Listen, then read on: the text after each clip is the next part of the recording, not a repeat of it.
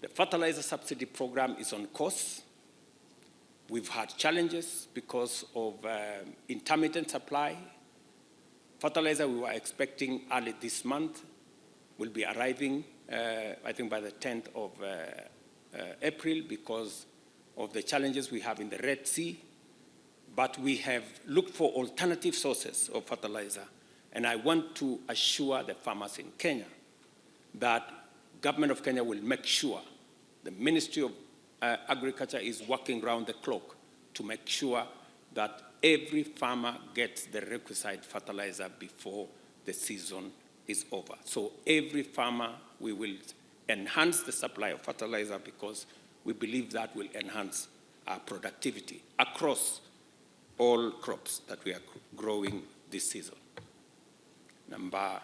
And alongside that, we are also going to make sure that those who sell fake seeds or fake fertilizer face the music that they deserve. Just today,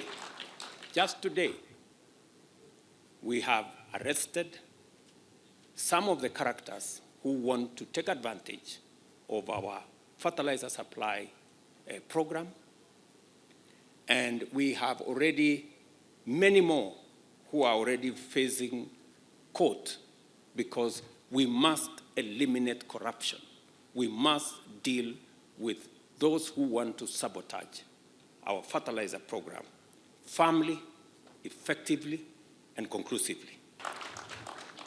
And let me commit that as government, we are 100% behind this investment conference. And I wish to demonstrate what is it that we are going to do, because we believe as we invest in Kenya, in different parts of Kenya, we will also effectively support investment in Kakamega County.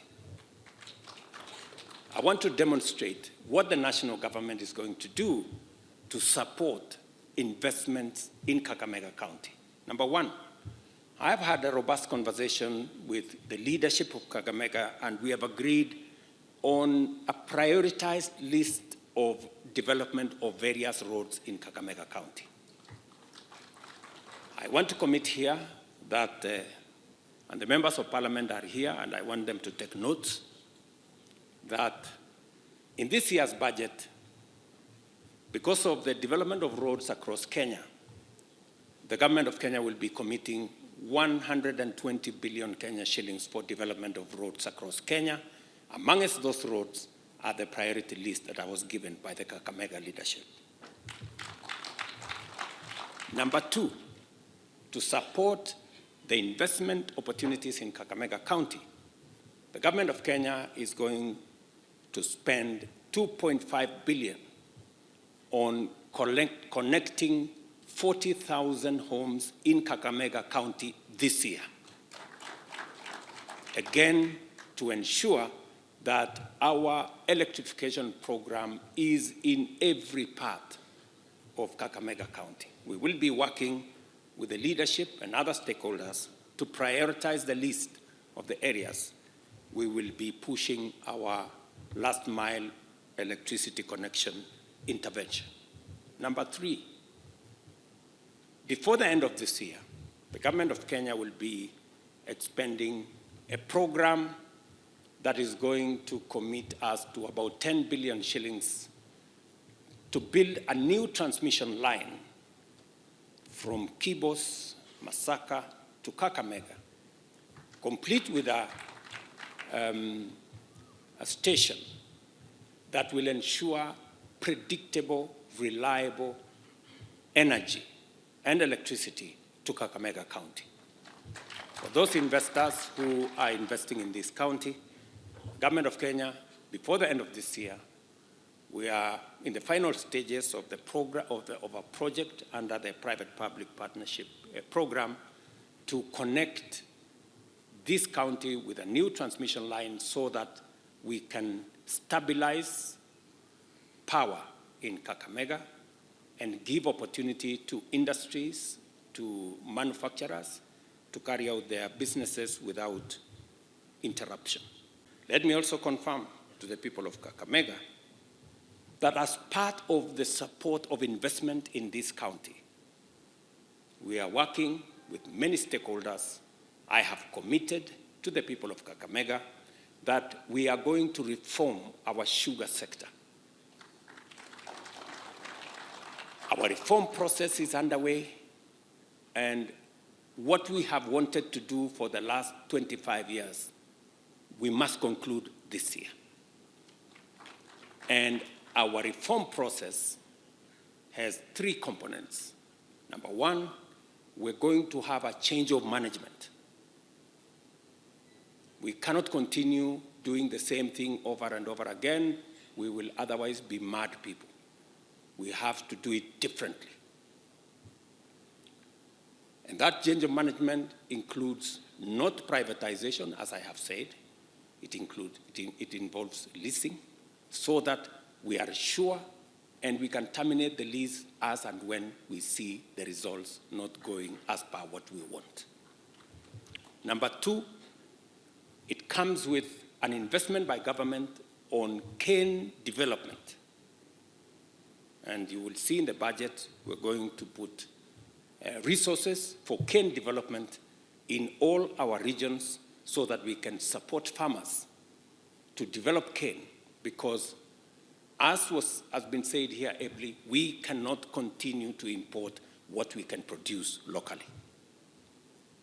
We're spending close to 500 billion Kenya shillings every year importing sugar, edible oil, wheat, rice, and many other things that we can grow in Kenya. It is my commitment and that of this administration that we must reverse that. In fact, as Ambassador Whitman said, we should in fact be exporting, not importing. And that is the direction we are going. And finally, on that sugarcane issue is that, like all other farmers, it is my commitment that going forward, sugarcane farmers will also at the end of the year get a bonus, just the same way tea, coffee, and other farmers get a bonus. I know there are some characters who have gone to court to sabotage this process because they are used to it and they think we are going to stop the way they have managed to stop it before. But I just want to give them my word that this is not about to stop. This process, we must bring it to its logical conclusion and free the people, the sugarcane farmers in Kenya, from the tyranny and the hostage of a few people who have taken this sector hostage. I committed here in Kakamega, and I intend to keep my commitment that those characters, the corrupt people, and those other ones, we have agreed on what to do with them. And you know it. Investment opportunities in this region are countless.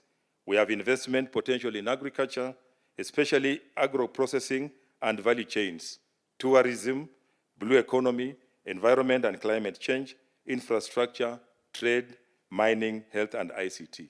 The success of the two investment conferences preceded you have opened in this region within a span of 2 months, and the exhibitions we have seen can only confirm our fundamental thing that devolution is working. The Lake Region Economic Bloc has 40% of the Kenyan population and contributes to almost 50% of the Kenyan economy.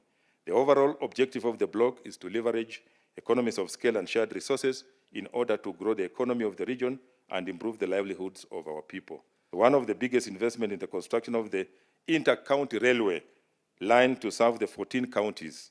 We are in discussion with the Indian Railway Corporation to realize the project, which has also been brought to your attention, Your Excellency, and I remember you were with the chair and a few governors in India on the same. The region's effort to conserve the environment and learn more toward solar energy, we have plans to have a 28 megawatt floating solar power project, production project on Lake Kanyaboli in Siaya County, to provide alternative and affordable energy to its residents and institutions such as hospitals. The solar energy will address power production of cheap and clean energy as it is envisaged in your development agenda. Kakamega is one of the biggest counties that we have here, and I'm also looking forward that even as a region, especially the LREB region, we are going to collapse all these ideas that we are doing as counties so that as a region we become an investment hub, and in the process we will be contributing to what Your Excellency, you have tirelessly been moving around to make sure that this country works. You have told us that we have got no business importing food, spending almost over 500 billion shillings importing food in this country. Your Excellency, you have told us that there is opportunity for every child born in this country if we do the right investments so that we are able to promote our children, to get jobs, to get good nutrition. And this is the kind of partnership we have committed ourselves as governors, and even we as governors, as friends here in this western region. We have said we will work with you. Omundu humundu. Where you step, we shall step to support this investment, because if western region works, Kenya will work. We cannot cry ourselves out of poverty. We cannot cry ourselves out of poverty. We must work ourselves out of poverty. That is the very strong message that we should realize as we look at the crying stones. We must stop crying.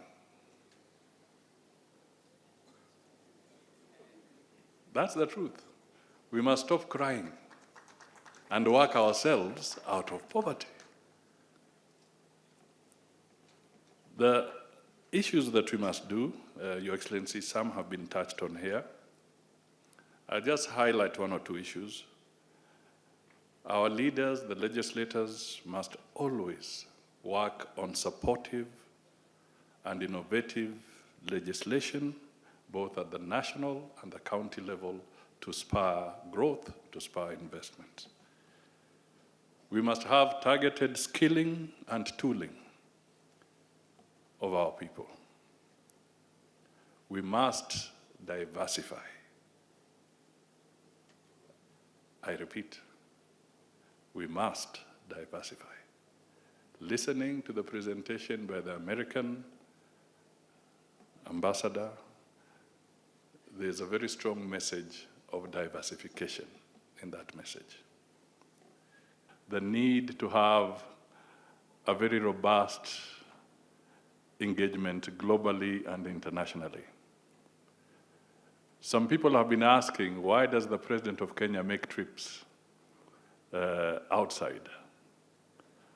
But unless you are not listening, you can now see that the trips that the President has been making are targeted to win markets, to draw capital, to woo investors, so that they can come to Kenya, they can come to Kakamega, they can come to Busia, they can come to Vihiga and all other places. And it is a question of building the blocks systematically. Kakamega's huge economic potential, which has been untapped, and that is why this is the time that you want to showcase what Kakamega has in terms of agriculture value chains, in terms of dairy value chains, poultry value chains. We have opportunities in health. We are looking forward to seeing our level 6 hospital being completed, equipped, and operationalized. So that is an opportunity to our investors. We are looking at establishing Kakamega Cancer Center. At the moment, we're only doing 500. Cancer being one of the chronic illness diseases, we need to have a facility in the region. Your Excellency, on matters environment, we are very particular about conserving our Kakamega forest, which is the only existing tropical rainforest in East Africa. We have to protect our water catchment areas. We have opportunities for research. For our researchers in the house, we have opportunity to go to Kakamega Forest so that you can unlock the potential which has not been exploited. Finally, Your Excellency, on matters natural resources, we have gold deposits worth 500 billion Kenya shillings here in Kakamega. And when I talk about that, I can see most investors smiling. That is an opportunity that we can partner with you so that we can unlock the potential which has not been exploited. I want to invite our investors to complement the affordable program of housing for the national government so that Kakamega, having a population of 2.5 million people, already we have a ready market to exploit so that we can showcase. And finally, on the area of agriculture as well, through our county aggregation and industrial parks, I'm very happy that we have youth who are now enthusiastic on going organic farming, as that is the way to go.